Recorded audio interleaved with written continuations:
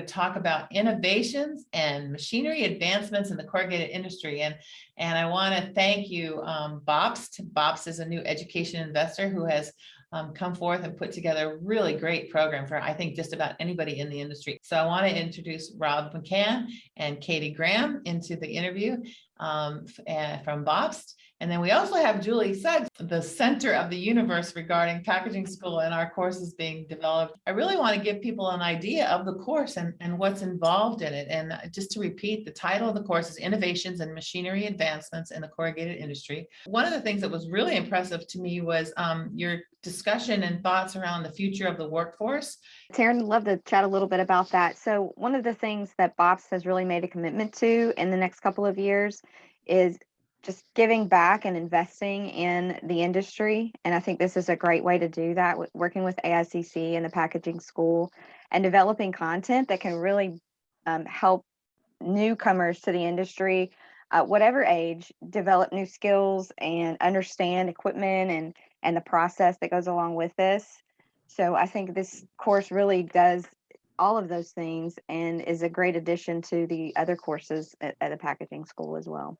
Well, great. And Julie, what are your thoughts with regard to the needs of our people? Yeah, Taryn, that's a great question. And Katie said it best. I think it's great when companies invest in their employees.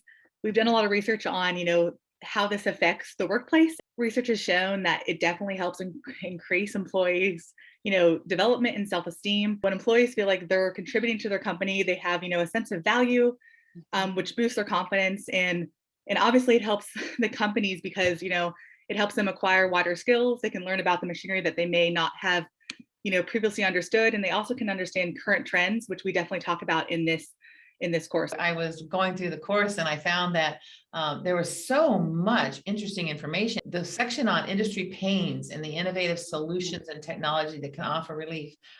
There are many machine manufacturers, as you said in the class, but I'd like to hear what Bob's opinion is with regard to these pains and problems that our members are having and what they can do to get stronger and better within their plant. Today, if you look at what the biggest pain points are, it's staffing and resources across the board. So it's the training courses to get people up to speed. Again, this is the hands-on side of things, clearly defining what the roles and tasks are.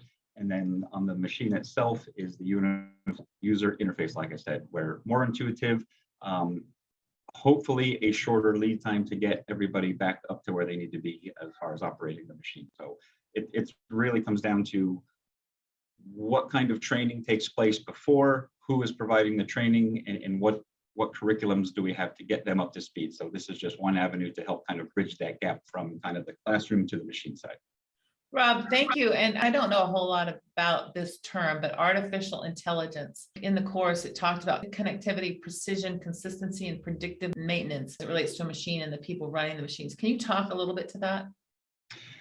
Sure. The machines, just like everything else, are getting smarter and smarter. So they have these diagnostic systems that they know about themselves. So the machines can tell you, if the machines are connected, what's going on, what's needed, trends, all available for the most accurate and real-time decision making.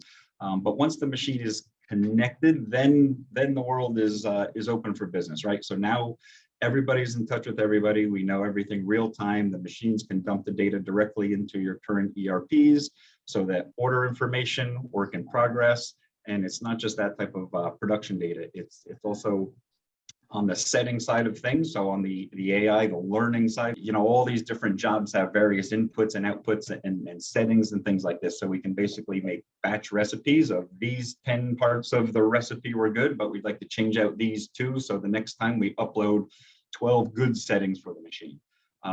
Also on the AI side of things, the biggest one I would say for me personally is predictive maintenance. So again, coming from the OEM, we have hundreds, if not thousands, of particular models out in the fields.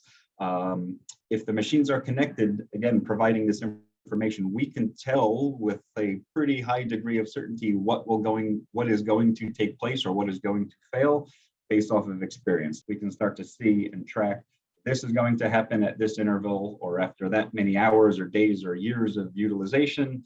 The sooner that we can learn that, the further out we can predict, the better planning that can take place, whether that's ordering parts, resources, shifting production schedules. So the more information we can know ahead of time, the better everybody is prepared to make their decision. Rob, thank you. How do we connect the information that they're getting from the machine to the employees that are actually working on the machines?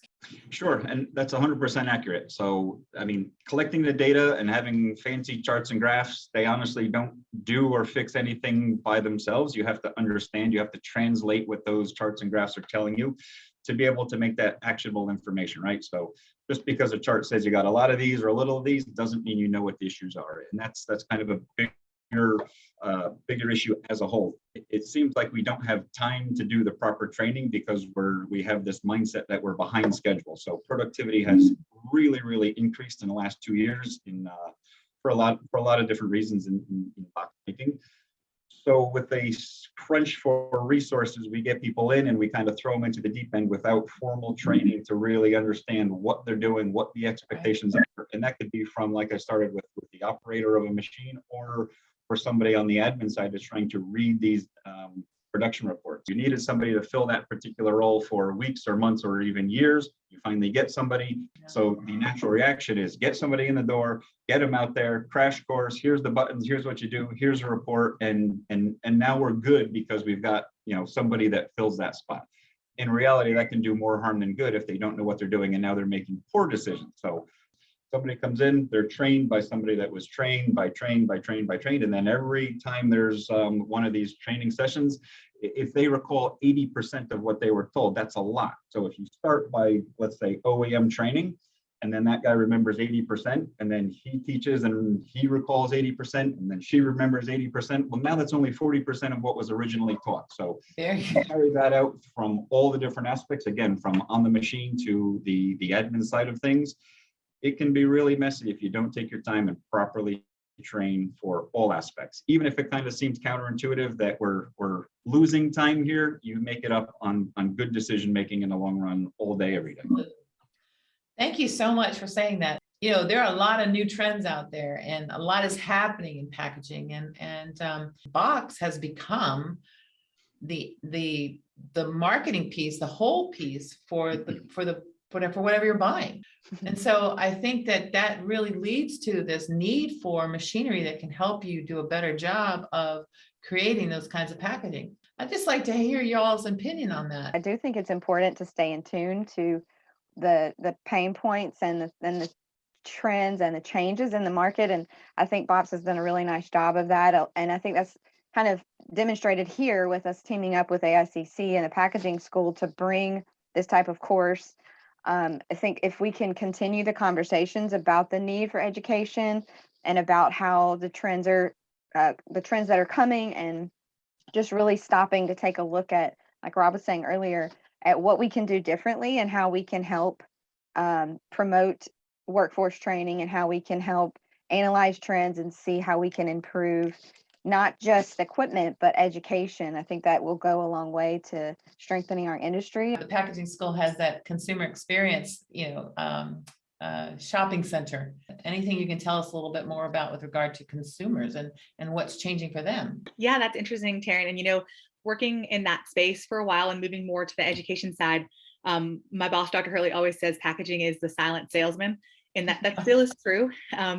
But they are kind of shifting, since again, things are moving online, more e-commerce focused. So right now at Package Insight, where they do some of the consumer testing, they have an in-house kind of setup where they do some emotion testing on unboxing to see how people feel when they actually get the package in their house. And, when they open it and see all the different aspects as far as, potentially even sustainability. Is there too much packaging?